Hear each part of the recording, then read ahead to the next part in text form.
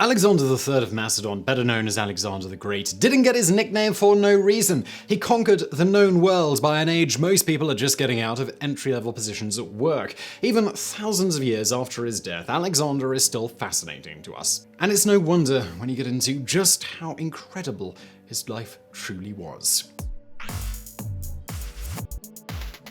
Number 10. Cleitus the Black saved his life at the Granicus River. They say that no man is an island, and Alexander was no exception. For all of his amazing feats, he had an army and many trusted advisors at his back. One figure that appears frequently in tales of his triumphs is a man known as Cleitus the Black. Cleitus was an officer in the Macedonian army and is indirectly responsible for much of Alexander's success because, if not for Cleitus, Alexander would have died in the year 334 BC. It was at the Battle of Granicus when Alexander was squaring off against a pair of Persian warriors named Spithridates and Androsaces. While Alexander's attention was on the latter, Spithridates was about to strike him dead from behind with a hammer blow. As he raised his arm, presumably to crush Alexander's head, Cleitus the Black swooped in and severed his hammer arm. It saved Alexander's life, and he subsequently killed Spithridates. Number 9. And Alexander later murdered him with a javelin. You'd think that a trusted friend who literally saves your life in battle would be the kind of person that you would go to the ends of the earth for. Unfortunately for Cleitus the Black, his friendship with Alexander was a short-lived one. 6 years after he saved Alexander's life at the Battle of Granicus, Alexander and his men were having a banquet in Marcandus. It was here that Cleitus took issue with an order from Alexander. Word is that Alexander was ordering Cleitus to command an army of mercenaries and head to Asia. Cleitus began speaking openly about how Alexander's father was a greater king than Alexander himself. Everyone had a few drinks, and Alexander was clearly not a man who accepted criticism very easily. The argument escalated, and Alexander ordered Cleitus from the room. The details are a little sketchy, but it's believed that Cleitus was leaving the room and then perhaps either didn't fully leave or came back to get in the last word. It didn't work out in his favor, as Alexander, sick of listening to the man, grabbed a javelin and hurled it across the room at him, killing him instantly. Number 8. No one knows how he died. Alexander the Great is considered one of the greatest historical figures of all time. Time magazine placed him as number 9 on their list of the most significant figures in history. For a man of such importance who conquered much of the known world, it's kinda strange that no one can tell us how he died. Descriptions we do have indicate that Alexander fell ill when he was just 32 years old. For 12 days he was apparently in agony before death finally took him. And then, if reports are to be believed, it was 6 days before he began to decompose. That part may be an exaggeration, but we'll never know for sure. Whatever it was that killed Alexander has been the subject of debate for years and will likely be impossible to figure out. It's been suggested that everything from malaria to typhoid to straight-up murder by a rival might have done him in. At least one theory suggests that the reason Alexander showed no signs of decomposition for so long was that he wasn't even dead yet. He may have been suffering from Guillain-Barré syndrome. Number 7. He was taught by Aristotle. In addition to his prowess in battle, Alexander was no slouch as an intellectual either. When it comes to historical teachers, you probably can't get much better than one of Alexander's earliest tutors, the great philosopher Aristotle. For 7 years, Aristotle taught Alexander until the younger man was ready to ascend to be king. Word is that even after Aristotle left Alexander's side, the two stayed in touch through letters, and Aristotle's influence was all over much of how Alexander conducted his business. From his diplomatic debate style to the fact that he could always be found with a book in his hand has all been attributed to Aristotle's teachings. Number 6. His horse was as famous as he was. History is rife with sidekicks, and Alexander the Great could almost always be found with one sidekick at all of his triumphs, but it wasn't a person, it was his trusted horse, Bucephalus. By all accounts, Alexander loved that horse more than most people will love any friend or spouse they have. A stallion from Thessaly in Greece, Bucephalus was alleged to have been absolutely enormous when Alexander first discovered him. In fact, the name Bucephalus means oxhead as a reference to how large the horse was.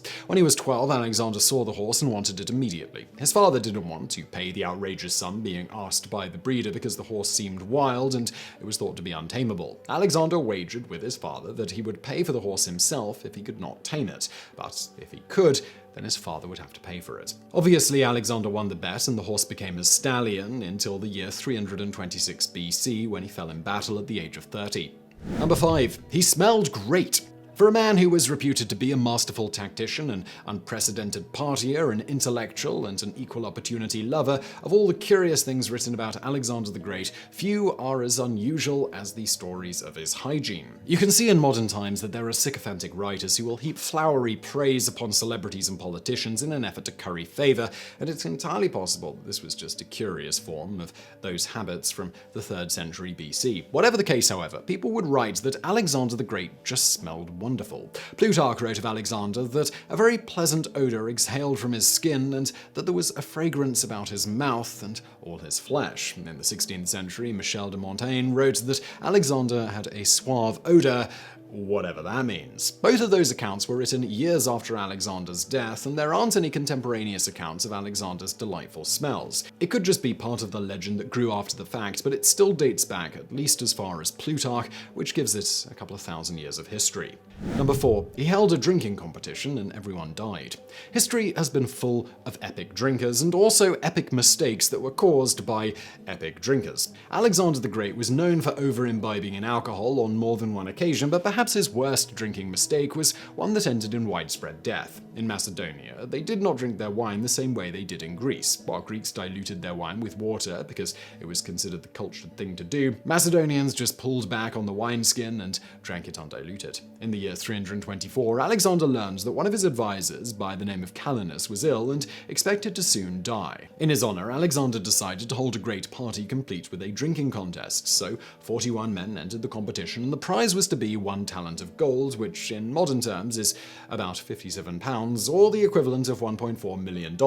Certainly not bad for just drinking some wine. Or at least that's probably what everybody thought. The contestants proceeded to drink undiluted wine in the Macedonian fashion. Unaccustomed to alcohol, especially that much alcohol, many of them quickly fell ill. The winner was one of Alexander's soldiers who managed to drink 4 gallons. All told, 35 of the contestants died on the spot, while it took a few days to kill the rest of them, including the winner.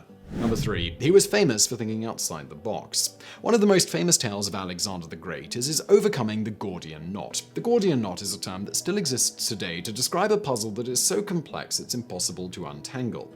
Legend has it that the name of the knot comes from Gordium in what is now Turkey. There was a literal knot tied in a rope attached to a wagon at the entrance to the city. It had been there for ages, and no one had ever been able to untie it. The legend said that should any man ever figure out how to unravel it, they would become the ruler of all of Asia.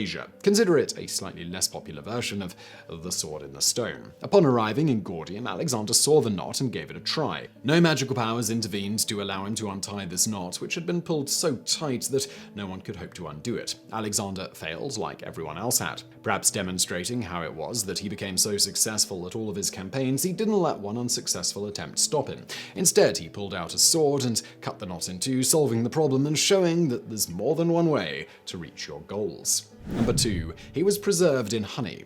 Modern-day funeral rituals are fairly limited. You can have your loved ones buried, cremated, and if you're really feeling exotic, there are ways that you can melt down and liquefy a body.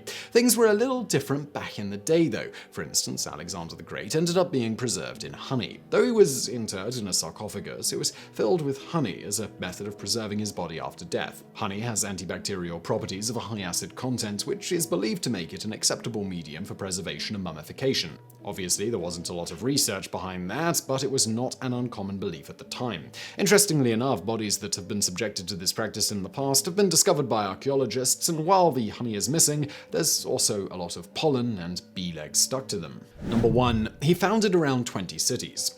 When he wasn't busy drinking or murdering close friends, Alexander the Great was busy conquering. Far and wide, he took over cities and made them his own. For better or worse, he laid the foundation for what was essentially a new world and what gave us the world that we have today. The result of which was dozens upon dozens of cities being named in his honor. Before he died, Alexander had founded no less than 20 cities, and many others have been named for him since. The most notable city he set up was Alexandria in Egypt. Others include various cities in Afghanistan, Pakistan, Lebanon, Iraq, Turkey, and more. There's even a city in Pakistan named after his horse, Bucephalus. So I really hope you found that video interesting. If you did, please do hit that thumbs up button below. Don't forget to subscribe. We got brand new videos just like this every day of the week. And as always, thank you for watching.